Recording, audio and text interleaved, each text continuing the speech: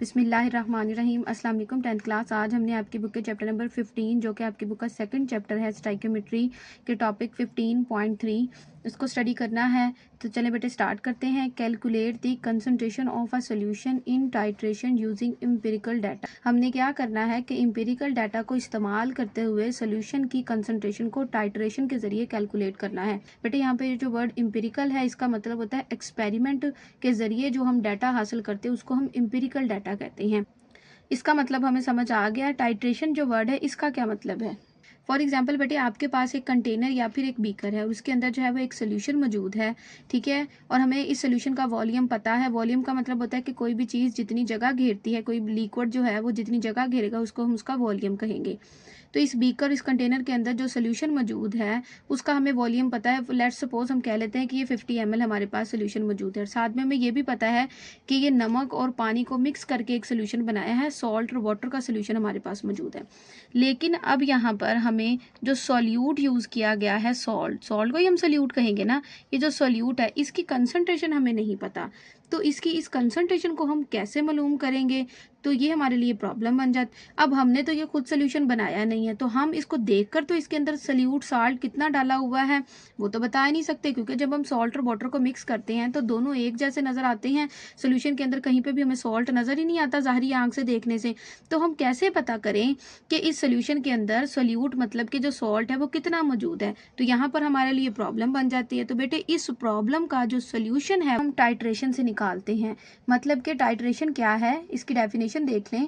A method in which solution of known concentration is used to determine the concentration of unknown solution.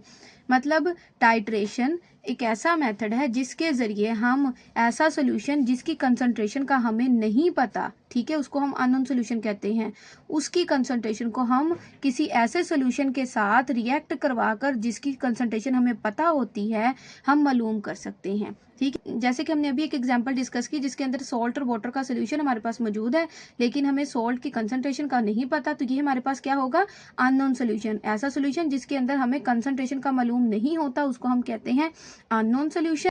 तो फिर titration में हम क्या करते हैं, हम एक स्टैंडर्ड सोल्यूशन ले लेते हैं जिसकी कंसंट्रेशन हमें पता होती है कि कितने ml है, इसके अंदर कितने मोल्स मौजूद हैं, और उसको फिर जिस सोल्यूशन की हमने कंसंट्रेशन मालूम करनी है उसके साथ रिएक्ट करवाते हैं। तो हमारा रिक्वायर्ड रिजल्ट जो है टाइट्रेशन के जरिए कंसंट्रेशन निकल आती है। ठीक है, तो ये मैंने आपके लिए एक सिंपल सी डेफिनेशन लिखी हुई है। अब ये जो टाइट्रेशन का प्रोसेस है इसके अंदर हमारे पास क्या क्या चीज़ें यूज़ होती हैं ये जस्ट आपने जो है ना याद नहीं करनी, ठीक है, ये आपने सिर्फ समझ लेनी है, क्योंकि ये जो टॉपिक है ये आपके प्रैक्टिकल के हिसाब से और जितने भी आपकी एक्सरसाइज के जो न्यूमेरिकल हैं उसको हल करने के लिए बहुत ज़रूरी है। अब इसके लिए हमें क्या चाहिए, कोनिकल फ्लास्क चाहिए होती है। कोनिकल फ्लास्क की शक्ल कुछ इस तरीके से होती है और इस कोनिकल फ्लास्क के अंदर जो है ना बेटे हम वो सोल्यूशन डालते हैं जिसकी कंसंट्रेशन अननोन होती है। ठीक है, अननोन मतलब मालूम करनी होती है, उसको हम कोनिकल फ्लास्क के अंदर डालते हैं, और वो सोल्यूशन जिसकी कंसंट्रेशन हमें पता होती है उसको हम ब्यूरेट के अंदर डालते हैं। ब्यूरेट कुछ इस तरीके से होती है। अब क्या करते हैं हम, अब ज़ाहिरी आंख से देख कर तो नहीं ना बता सकते कि रिएक्शन कंप्लीट हुआ है या नहीं हुआ, तो उसके लिए एक इंडिकेटर डालते हैं। इंडिकेटर क्या होता है, इशारा देता है कि रिएक्शन जो है वो कंप्लीट हो गया। तो हम क्या करते हैं, इस इंडिकेटर के 2 से 3 कतरे जो है इस कोनिकल फ्लास्क के अंदर जो अननोन सोल्यूशन मौजूद होता है उसके अंदर उसके कतरे डाल देते हैं, और फिर ऊपर से हम नॉन सोल्यूशन जो हमारे पास जिसकी वो सोल्यूशन जिसके बारे में हमें पता है कि इसकी कंसंट्रेशन कितनी है उसको इसके अंदर ड्रॉप बाय ड्रॉप डालते जाते हैं। ठीक है, और जब रिएक्शन कंप्लीट होता है तो बेटे ये जो कलर होता है उसको तब्दील कर देता है। जैसे ही तब्दील होता है तो हमारा जो रिक्वायर्ड रिजल्ट होता है वो आ जाता है। तो अगर हम इस सारे प्रोसेस को रिवाइज करने की कोशिश करें तो हम ये कहते हैं कि टाइट्रेशन एक ऐसा प्रोसेस है जिसके ज़रिए ऐसा सोल्यूशन जिसके बारे में हमें कंसंट्रेशन का नहीं पता होता उसको हम ऐसा सोल्यूशन जिसकी कंसंट्रेशन का हमें पता होता है उसके साथ जो है वो रिएक्ट कराते हैं। रिएक्शन के लिए हमारे पास एक कोनिकल फ्लास्क और ब्यूरेट होती है जिसकी कंसंट्रेशन मालूम करनी होती है, उसको हम कोनिकल फ्लास्क के अंदर डालते हैं। उसके अंदर फिर हम फिनोप्थलीन इंडिकेटर के कुछ कतरे डाल देते हैं और फिर ब्यूरेट के अंदर वो सोल्यूशन डालते हैं जिसकी कंसंट्रेशन हमें पता होती है। जब हम ड्रॉप बाय ड्रॉप यहाँ से सोल्यूशन इस कोनिकल फ्लास्क के अंदर डालते हैं तो जब रिएक्शन कंप्लीट होता है तो रिएक्शन के अंदर जो इंडिकेटर होता है वो सोल्यूशन का कलर चेंज कर लेता है जिससे हमें रिएक्शन के कंप्लीट होने का पता चल जाता है। ठीक है। अब आप देखो ये सारे का सारा प्रोसेस जो है हम लैब के अंदर एक्सपेरिमेंट से परफॉर्म कर रहे हैं, वहाँ से सारा डाटा निकल कर आ रहा है। तो इसीलिए हमने यहाँ पर लिखा हुआ है एम्पिरिकल डाटा। एक्सपेरिमेंट के जरिए जो डाटा हम हासिल करते हैं उसको एम्पिरिकल डाटा कहते हैं। बेटे अगर आप चाहें तो ये वाली इजी डेफिनेशन टाइट्रेशन की कर लें। यहाँ से लेकर यहाँ तक जो है वो टाइट्रेशन की डेफिनेशन बुक के अंदर लिखी हुई है, आप यहाँ से भी कर सकते हैं। डेफिनेशन क्या है? The concentration of a solution, कि सोल्यूशन की जो कंसंट्रेशन है उसको हम मालूम कैसे कर सकते हैं? बाय टाइट्रेटिंग इट, मतलब उसको रिएक्ट करा के with the solution of non concentration. Non concentration वो सोल्यूशन जिसकी कंसंट्रेशन का हमें पता होगा। एंड पॉइंट तक, मतलब जहाँ तक रिएक्शन कंप्लीट नहीं होता तब तक हम उसको रिएक्ट कराते हैं।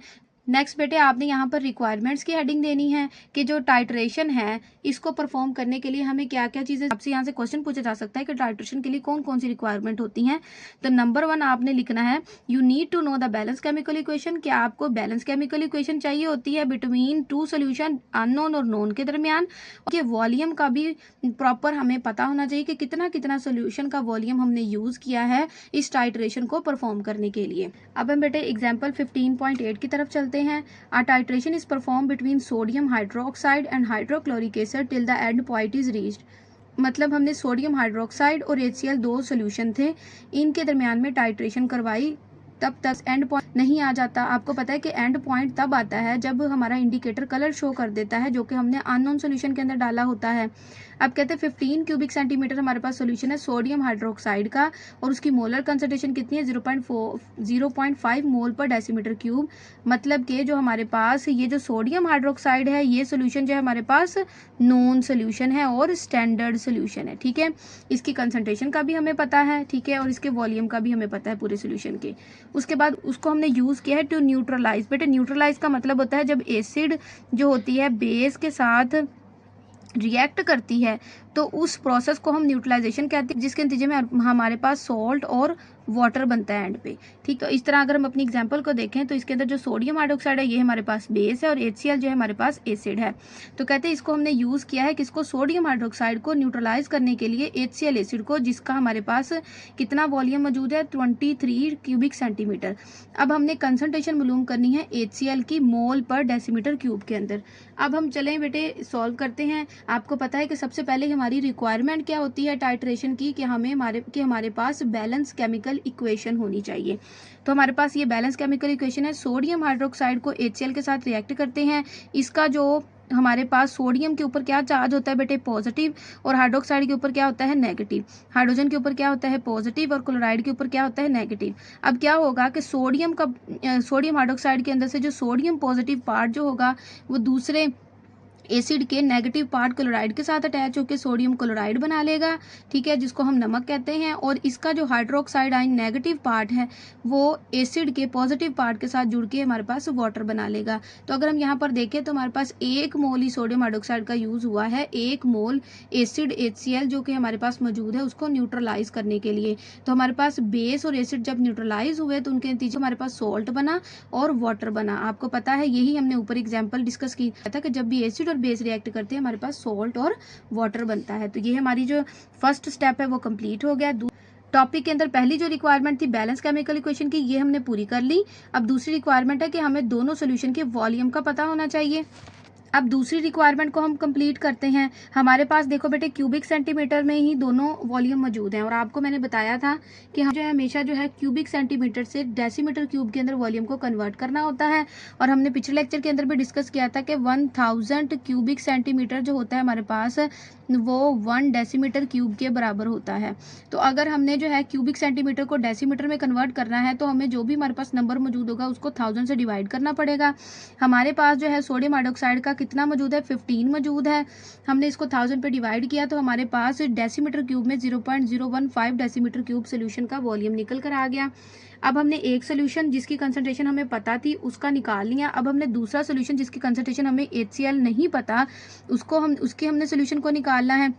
वो भी हमें 23 क्यूबिक सेंटीमीटर दिया हुआ है। उसको भी हम क्यूबिक से डेसीमीटर में कन्वर्ट करने के लिए 1000 पे डिवाइड करेंगे। 23 को 1000 पे डिवाइड किया, हमारे पास 0.023 डेसीमीटर क्यूब आ गया। नंबर 4 जो हमारा होता है, जो हमने बताना होता है कि कितने मोल जो है रिएक्ट करके हमारे पास रिक्वायर्ड प्रोडक्ट देते हैं। तो हमने नंबर ऑफ मोल्स निकालने हैं किसके, सोडियम हाइड्रोक्साइड के। तो ये यहाँ पर एक फॉर्मूला लिखा है, molar concentration multiply by volume. ये कैसे आया, आपने इसको देखकर बिल्कुल भी नहीं घबराना। हमने पिछले वीडियो लेक्चर के अंदर बेटे पढ़ा था, एक तो हम कंसंट्रेशन ग्राम के अंदर निकालते हैं, लेकिन जब हमने मोल के अंदर कंसंट्रेशन निकालनी होती थी तो हम ये वाला फॉर्मूला यूज करते थे, जिसको मोलर कंसंट्रेशन भी कहते थे। तो कंसंट्रेशन जब मोल्स के अंदर निकालनी होती थी तो हम लिखते थे number of moles of solute, ठीक है, divided by volume of solution in decimetre cube. तो बेटे यही फॉर्मूला उधर बुक के अंदर यूज किया है, सिर्फ इसके अंदर रीअरेंजमेंट हुई है। अब हमने निकालना क्या है, यहाँ पे नंबर ऑफ मोल्स निकालने हैं, ये वाली चीज, तो इसको यहीं पे रहने देंगे और जो इक्वेशन है इसके अंदर रीअरेंजमेंट कर देंगे। ये जो वॉल्यूम ऑफ सोल्यूशन है ये इधर डिवाइड हो रहा है, उधर दूसरी साइड पर जाकर जो है वो कंसंट्रेशन के साथ मल्टीप्लाई हो जाएगा। तो नंबर ऑफ मोल्स का जो हमारे पास फॉर्मूला निकल कर आएगा वो क्या होगा, कंसंट्रेशन मल्टीप्लाई बाय वॉल्यूम। तो इस तरीके से हमारे पास ये मोलर कंसंट्रेशन जो है वो वॉल्यूम के साथ मल्टीप्लाई हो रही है। ये कोई न्यू फॉर्मूला नहीं है, पुराने फॉर्मूले के अंदर ही हमने रीअरेंजमेंट की है। नंबर ऑफ मोल्स किसके कैलकुलेट किए जा रहे हैं, सोडियम हाइड्रोक्साइड के। ऊपर उन्होंने बताया उसकी कंसंट्रेशन 0.5 मोल पर डेसीमीटर क्यूब है, उसको यहाँ पे पुट करेंगे, और उसका जो वॉल्यूम हमने क्यूबिक सेंटीमीटर से डेसीमीटर क्यूब के अंदर किया है उसको पुट करेंगे। तो हमारे पास सोडियम हाइड्रोक्साइड के नंबर ऑफ मोल्स निकल कर आ जाएंगे, जो कि यहाँ पर HCl के साथ रिएक्ट कर रहे हैं। अब आप बेटे इक्वेशन के अंदर देखो, एक ही मोल इसका यूज हुआ है, एक ही मोल इसका यूज हुआ है। तो अगर मतलब जितने इसके मोल्स यूज हुए हैं उतने ही इसके मोल्स यूज हुए हैं। तो इन दोनों में से अगर हमारे पास इसकी कंसंट्रेशन, इसके मोल्स का पता चल जाए तो हम इसकी खुद ब खुद हमारे पास निकल कर आ जाएगी। तो अब हमने जब कह दिया कि number of moles sodium hydroxide के कितने हैं, 0.0075 हमारे पास निकल आए, तो इसका मतलब है कि HCl के भी इतने ही मोल यूज हुए हैं न्यूट्रलाइजेशन रिएक्शन के अंदर। पॉइंट नंबर 7 है कंसंट्रेशन ऑफ HCl सोल्यूशन। यहाँ पे कंसंट्रेशन के जो स्पेलिंग है ना रॉन्ग लिखे हुए, आपने ठीक कर लेने हैं। तो कंसंट्रेशन ऑफ सोल्यूशन निकालने का हमारे पास मोल्स के अंदर क्या फॉर्मूला होता था, नंबर ऑफ मोल्स को हम वॉल्यूम पे डिवाइड कर देते थे। HCl की कंसंट्रेशन मालूम की जा रही है, HCl के मोल्स हमारे पास निकल कर आ गए हैं, उसको हमने वॉल्यूम जो इसका दिया था क्यूबिक सेंटीमीटर के अंदर और हमने डेसीमीटर क्यूब के अंदर कन्वर्ट किया था, उस पर हम डिवाइड करेंगे तो हमारे पास 0.326 मोल पर डेसीमीटर क्यूब जो है HCl की मोलर कंसंट्रेशन निकल कर आ जाएगी। तो इस तरह जो है हम टाइट्रेशन के जरिए ऐसा सॉल्यूशन जिसकी कंसंट्रेशन हमें नहीं पता होता, हम एक स्टैंडर्ड यूनिट जिसकी कंसंट्रेशन हमें पता होती है उसके साथ रिएक्ट करवाकर इस तरह फॉलोइंग स्टेप्स के अंदर हम जो है उसकी कंसंट्रेशन को मालूम कर सकते हैं। उम्मीद है आपको आज के लेक्चर की समझ आई होगी। अगर वीडियो पसंद आई हो तो आपने मेरी वीडियो को लाइक और शेयर करना है, और अगर आप फर्स्ट टाइम मेरे चैनल को विजिट कर रहे हैं तो आपने मेरे चैनल को सब्सक्राइब करना है ताकि इस तरह की इन्फॉर्मेटिव वीडियोज़ आप तक पहुँच सके। अल्लाह हाफिज़।